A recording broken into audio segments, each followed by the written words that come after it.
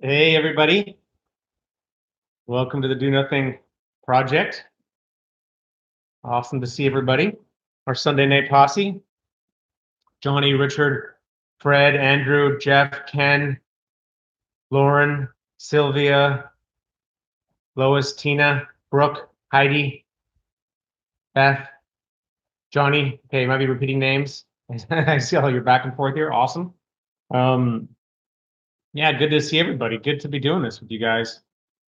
If you're new here, basically every Sunday night we come together from wherever we are all around North America and sometimes in other parts of the world too, depending on the time zone. And we get together in real time and we meditate. Um, we pride ourselves on having the lowest production values on the internet. So the lighting's terrible. Probably the picture is terrible now because I'm in Costa Rica for another month. So not much I can do about the internet connection here. So I'm trying to not be as animated so that, because when I get excited, then everything just starts to get all psychedelic. So we got that going on for us. Just as a reminder, if on the off chance, because it did happen one time, the internet cuts out, like the power goes out here or something, which happens all the time, basically we're done. So if my voice cuts out, just keep, and you notice that I'm frozen or something, just keep meditating because I won't be able to get back onto the link. So hopefully that won't be the case for another few weeks. When I get back to Canada, there's a little more predictability. So yeah, we get together, we meditate, we do a 25-minute sit. The idea is to kind of keep it pretty simple, keep it real.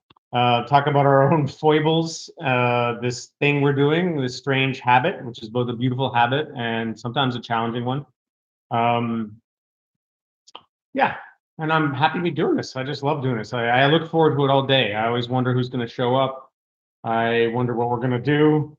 I am grateful for the community because it gives me my opportunity to kind of sit on a Sunday night, keeps me sort of accountable. Hopefully it does for you guys too. So let's see this. Oh, I don't want to forget. Next week is something special. We're doing another episode of with Tasha. We think we're going to call it the Consciousness Explorers Club, and it's basically a special edition of the Do Nothing Project. Where I think next Sunday is going to be Shinzen, my original teacher. One of my original teachers is going to be on, and he's going to guide a practice with Tasha and I there. We're going to guide you guys all in it, and then we'll kind of unpack the practice from the inside. So this is going to be like a regular new podcast situation. So definitely come in for that next Sunday. Okay. So I also have a bunch of questions that I've been saving up because people have been emailing things in, and I'm going to try to get through them after too. But for tonight, I thought we would do something interesting, or explore this particular theme. That's something that really interests me.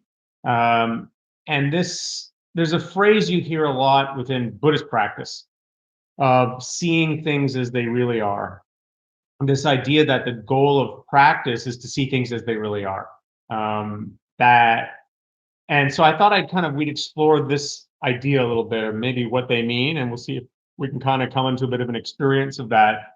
I think different people talk about this in different ways, so I can only tell you how I interpret it.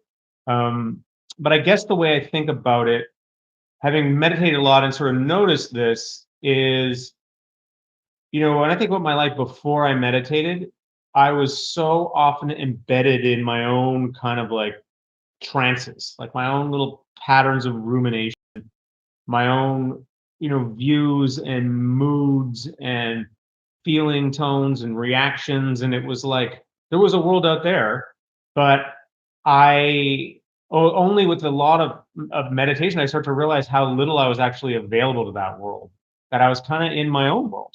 And we all are in a way. I was in my own, but I especially I was kind of down in this kind of gummy, gooey interior space. Even though I thought I was out in the wide open space of awareness, I was looking out at the world and I could see things. I was a little bit preoccupied, or a lot preoccupied.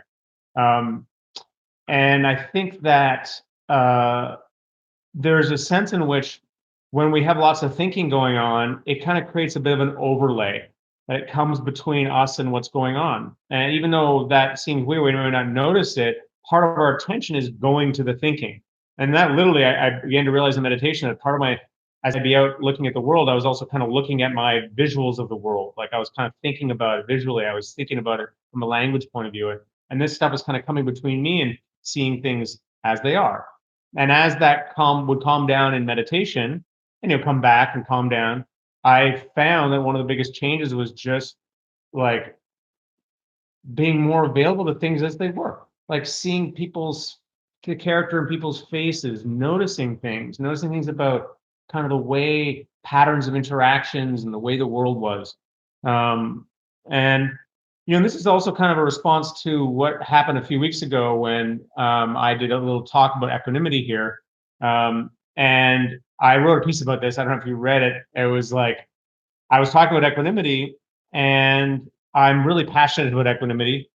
And I realized at a certain point that I was actually not being equanimous about equanimity, because in life, something's always going to hook you. There's things where you get hooked on something, and then up comes your ideas around it, your surge of being in your stuff. And now instead of being in the world, you're kind of in a bubble of your stuff. And then it takes a bit for that to crest and come back down. And I think that's what equanimity is, the practice of, like, you kind of notice you're in a bubble of your stuff, and then you kind of come up and you kind of pop out, and up comes your reaction, or up comes the thing. And the idea is that if you have a bit of space, you don't have to act on it automatically. But inevitably, something's going to hook you, and you're going to get in your trance, and then you're going to go back down, and then you'll realize, oh man, I was in my trance. So I think that's just kind of follows on from that experience, and falls onto kind of a deeper understanding of equanimity, that over time, as we develop more equanimity, there's a sense of being more and more available to things as they are. Because, and you can imagine how maybe with some people this ends up being a bit detached, or in a way that I can imagine how that could sometimes be not a good thing. Like, I don't think the experience of equanimity is universal. People have different angles and might experience it in different ways. But in general, as it deepens, I think there's a sense in which you're just more available to kind of see what's going on, seeing the humanity of things, seeing the character in people's faces, seeing what's there, and seeing more and more of the whole, and not just your own kind of delusions and ideas. So anyway, hopefully that makes sense. Just stuff I was thinking about today. Thought I would share it. A bit of nerding on there. I'm seeing that people are chatting around the side. That's sweet. So on this piece, then let's do a meditation that's about this topic of sort of seeing things as they really are. Meaning just trying to be available for the bare sensations of what's happening in the world, for the sights, the sounds, the sensations, the feelings, even the thoughts, but seeing if we can kind of be in this place of watching them instead of kind of being embedded in them, which is just something that you get more of a flavor for over time. I also think, by the way, that this is one reason a lot of meditators meditate with eyes open, because it's kind of with the eyes closed. Some people find it's easier to go into your own stories or your kind of mini trances.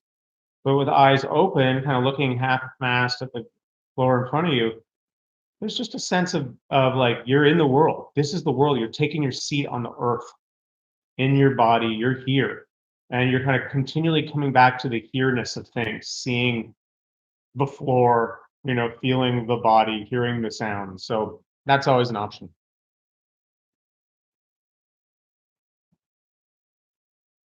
Let's do this. 25 minutes, 7:11 right now, my time. So we'll finish at 7:36.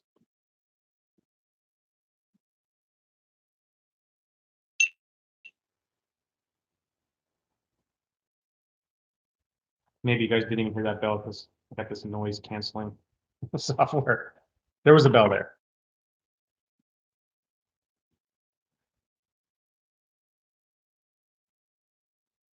Okay, good. So As always, if you got your own practice you like to do, you're welcome to do that. Most of this is just about being in community, sitting with each other. But something special does happen here. This idea that we are all sitting together, there's sort of a commitment to hold it down for everyone else. You could feel that in the way we sit, maybe the sense in the shoulders, back, the head straight, spine straight. You want to be comfortable, but don't sit in a way that's going to cause discomfort. Otherwise, you'll be struggling with that the whole time. But try to have the spine up, at least connect to this wakeful, alert quality, because we want to see how things are. What is happening in reality in this moment? In this moment.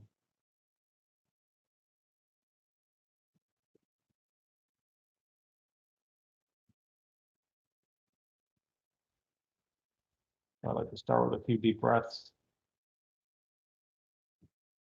Sort of getting organized, feeling a bit jangly today, long day of work. So the out breaths help here for me. A nice long out breath. And breathing out, kind of soften the shoulders and hands.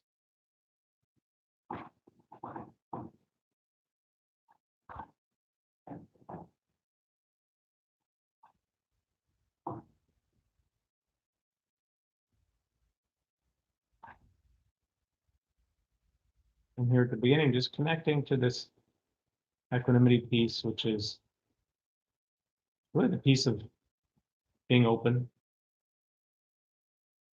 the piece of just letting things not be perfect. There's going to be sounds and distractions and thoughts and itches and aches and pains. Sort of going, yeah, okay, that's normal. Don't need to wish those away or try to block them.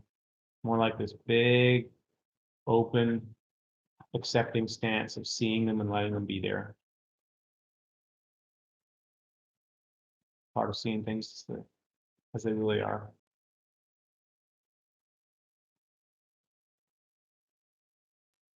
And some people like to stay in this place, just a place of kind of open awareness, availability, just really being, the skill of being okay, your own company. And can help to have a home base too.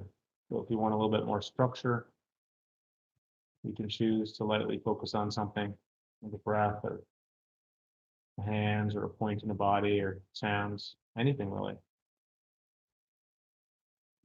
And you just make a commitment to stay with one of those things, seeing it as it is, hearing it as it is.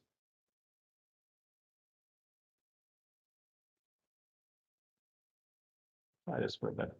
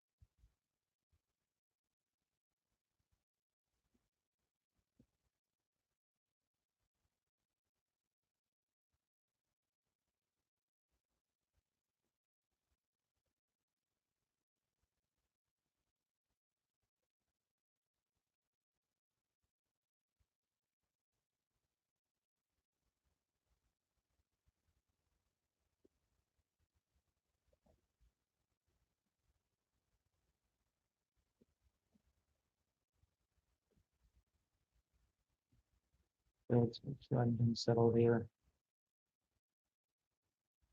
Getting into the meditation groove. Maybe you're noticing the breath or sounds or sensation, and maybe you're just sitting.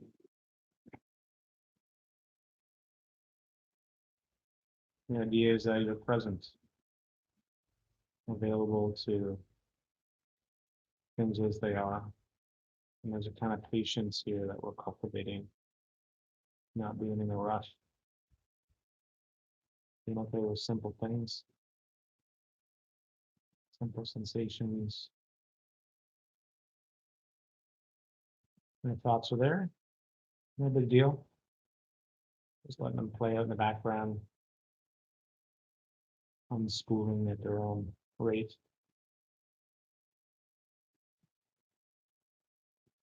While in the foreground, you're working with a home base or just the whole sense of sitting, being available.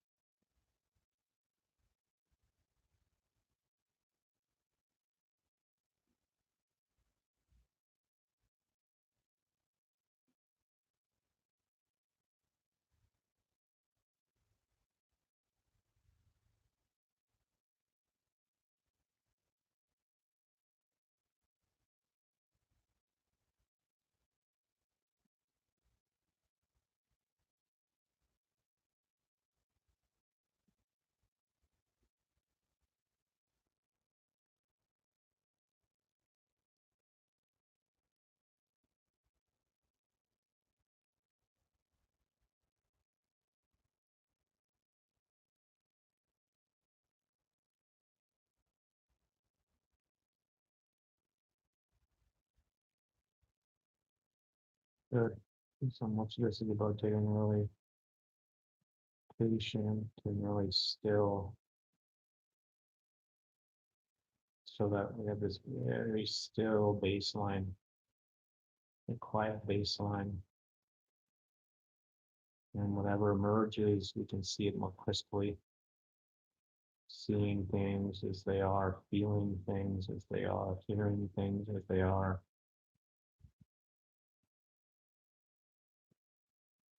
A simple signal of things, contour of things.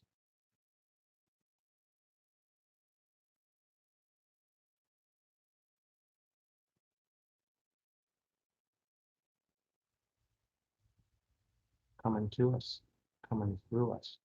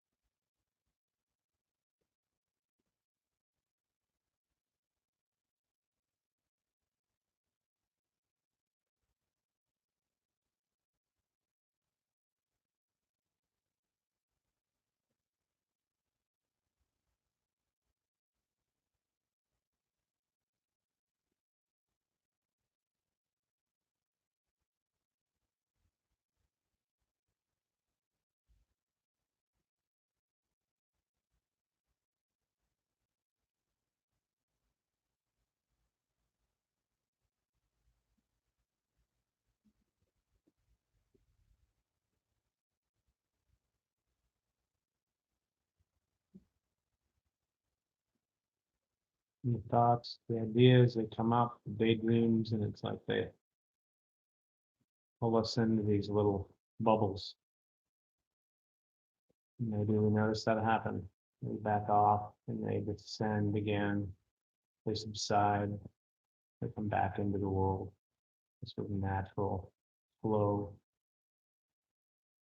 None of it's a big deal.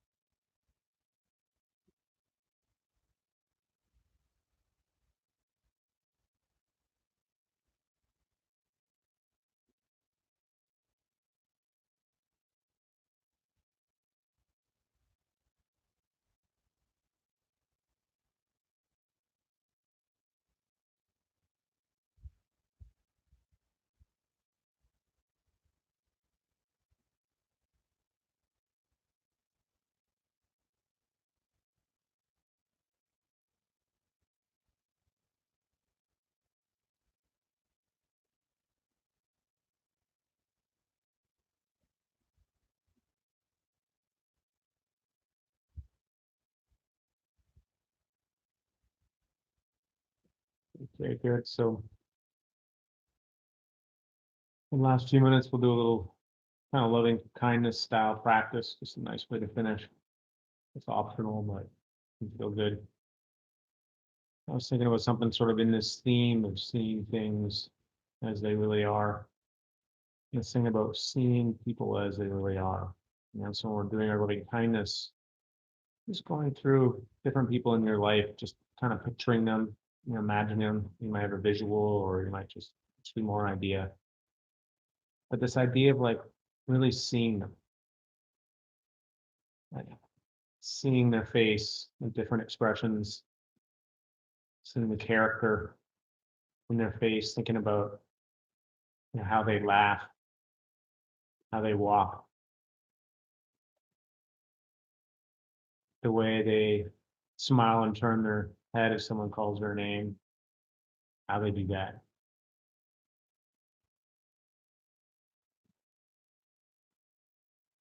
The particulars. As we're doing this, we're just also cultivating this feeling of just being happy to know this person.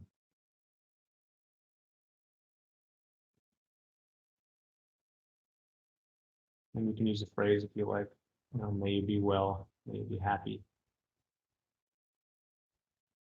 Maybe it's something else. Maybe it's their name.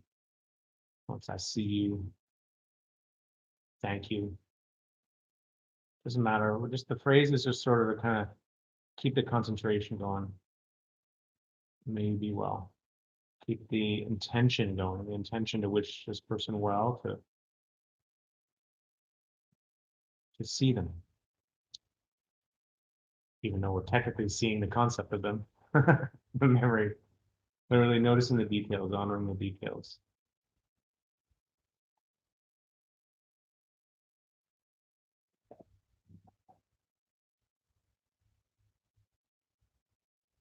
How they change, noticing what makes them happy.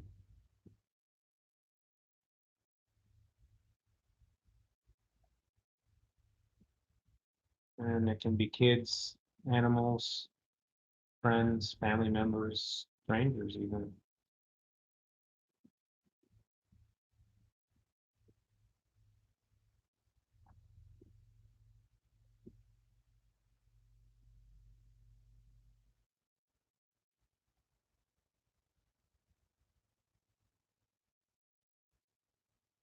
or we can make it wider. It can be places, it can be trees, nature, plants, towns.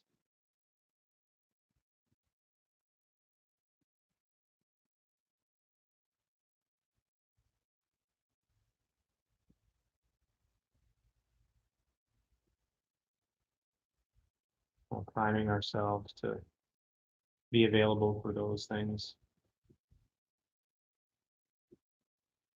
Patient, observant.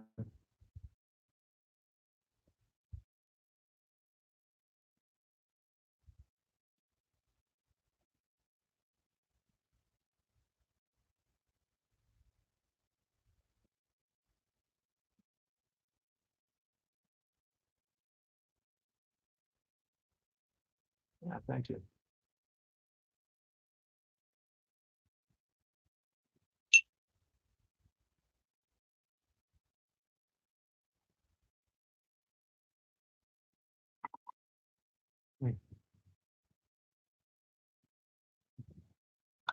That's it.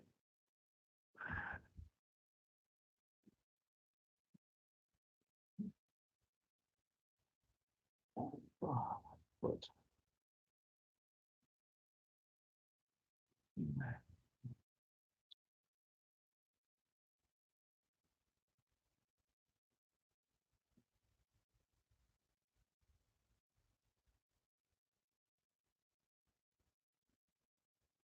Nice, guys. So I got a few questions here, and I want to answer them. I'm just looking at my document here. Different people email in stuff every once in a while, and they start to accumulate. So I thought I'd just go through a few. This is from Adam. Subject is trouble understanding, feeling the edges of emotions. Hey, Jeff, you mentioned feeling the edges of emotions when investigating them. Trying to understand this, do I, uh, and, and do, not quite sure I'm understanding it right. That's what he's saying. When investigating emotion, I go to the why and the situation around the emotion, but feel this is not the same as feeling and understanding the edges. Any way you can help me understand? Yeah. So you're not you're definitely not going to the why in this modality. There's lots of modalities. Sometimes going to the why is useful, but the when I say go to the edges, what we find when we go into experience is that our emotions, which can be these sort of background atmospheres, it's true, there can be this sort of vague atmospheric quality to them that's undefined atmospheric quality. But there can also often be body sensations connected to particular emotions, um, quite reliably, actually. And most of these happen through the midline of the body, kind of around the eyes and the jaw and the throat, heart, gut, big time, shoulders and the neck, tension that can be kind of connected to emotional stuff. So when I say feeling into the edges of an emotion, what I mean is sort of just being curious. Okay, I'm feeling this way. You have an understanding of a particular emotion going on. Is there also a body dimension to that? And can I kind of tune into where that might be happening and then start to feel into that a little bit, like noticing the edges. So for me, like anger, I feel it in my jaw, or raciness, I get up through here, sadness around my eyes. I mean, different places. So I might go in there and just sort of notice, oh, yeah, there's sort of this feeling around the eyes, this feeling of being a bit like a little kid wanting to cry or something. And I just would notice the edges of that and kind of go in, and you kind of, the way you work with emotional sensations is you kind of, if you do want to work with that in the practice, it's also fine just to focus away. But if you wanted to go in them, you just sort of go in a little bit and you swing back and go in a little more and you swing back, and that can help move the particularly chronic stuck emotions. They can sort of get the energy moving them, and they can kind of often work through. So that's what I mean. That's a whole subject, actually. I'll do one on working with emotions soon because it's a big, big, big subject. Maybe I'll do a two-parter on that. But that's that question. So then there's one from Stuart. Um, Asks about using meditation to focus on knotty issues in life where we're feeling conflicted or stuck. Um, yeah, so he's sort of saying that much of the guidance he's done on the app, he's on 10% happier, is focused on observing what comes up organically, but he wants to be able to apply the same focus to specific questions or conundrums he's wrestling with. Asking if there's a way to orient his sessions around particular questions, like what do I really want to do in this or that situation, say. So this is a really interesting question. I'm very much like an anything, everything goes kind of guide. There's a place for that. The basic thing is, uh, the skills we cultivate in practice, the equanimity, the concentration, the clarity, sort of the presence, the care. There are these skills that they gradually build up and then they trickle down into the nervous system. They sort of trickle down, they trickle down, um, which means that even when you're not directly working with specific issues, there is a sense in which the material around that, even if you're not working with it directly, can start to soften through the general practice. So that's the first thing to say. Um, and sometimes they just come up spontaneously in a meditation. You get distracted a particular way, or a thought hits you, and all of a sudden you're inside this loop. And then you can work with that material in a similar way to what I just said earlier. Like if there's emotional stuff coming up, you can kind of go into working with that emotional stuff. I mean, emotions, like I said, they live in the body, and sometimes there's some conundrum around something. It's because we got a stuck pattern around something, and we can learn to pay attention in a particular way that can start to open that up. Um, and you can also do what's called trigger practice, which is you deliberately think about something that you're working on, and then just notice how, sort of like you ring the bell of that issue, and you notice what happens in your body when you think about that person, like rah, whatever, like, and you can work with that stuff. You're not going into the why of it, the stories behind it. You're just kind of noticing how it shows up in the reality of your experience. So now, having said all that, um, you know, it often helps to have an outside perspective on these things. I mean, we're kind of getting into the domain of psychotherapy. And although meditation can have some of the similar overlapping effects in terms of the way it can help us work through stuff, I've found that there's been particular conundrums in my life or specific challenges where it's really helped to go and do something with another person. And in particular, and I've talked about this before on the show, like body-based psychotherapy, like which is very similar, sort of like doing body-based meditation with another person, helping come up with the prompts and holding the space so you can really pace yourself in a way that makes the most sense. So hopefully that is helpful. I also wrote a piece sort of a little bit about this on my website called The Battle to Win Ourselves. That might be useful for you as well, Stuart. Okay, just going through them here. I got a few. This one, trouble settling down eyes. Question is the eyes. Basically, this is John meditates and he did a meditation with me looking for images and talk, found he had lots of images, really enjoyed it, but found it challenging settling down his eyes, often feeling like he was looking with his eyes, like he's in a dark room trying to find something to grab onto. So any specific guidance around that? Yes. This is a very common thing. Basically, maybe you guys have had the experience. If you ever have tried to meditate on looking at images or looking at the back of your eyes, there can be this weird thing when you're trying to do this focus thing. You're trying to kind of lock on, like, and it's just an intermediate stage. It sort of works itself out. Eventually, the idea is that you just want to kind of look through your eyelids, that you're not really, you kind of look through in this distant way, and then you can still notice things happening in the foreground, images, and it's just something you get a feel for. So I think just be patient. If you enjoy working with that particular form of practice, then just relax, be patient, kind of practice looking through the eyes, and eventually it settles. These are bizarre things that happen in meditation, but they're real. Okay, two more quick ones. Dan asked about transcendental meditation versus guided meditation, saying, how is TM meditation different from what guided meditation, what they're teaching in the guided meditation apps, I guess Calm and 10% Happier and Headspace? Why do you need to pay thousands of dollars to learn how to do it? That in itself is a turn off for me. Yeah, I'm definitely not an expert on TM, so I don't have a whole lot to say about the specifics of that technique, other than I can say that it really helps a lot of people. And it's mantra based, so you're just repeating an internal phrase and you're focusing on the sounds, just like another concentration object. When you understand meditation, no technique is that exotic anymore. It's all the same stuff, just you're just doing it in slightly different ways. You're building the same skills. So I mean, the thing with TM is that it has a whole culture and it has a whole kind of world that maybe has other benefits around it when you're in that community. I can't say because I'm not in it. It does seem a little weird to me that to pay thousands of dollars for that, but I would have to talk to experienced TM people to say what they get out of it. I guess what I would say is I don't really think there's anything you're learning in TM that you can't learn for free or for very little in lots of other places. That's my take. And then last one, BB, how to spread meditation without sounding preachy. I love this question.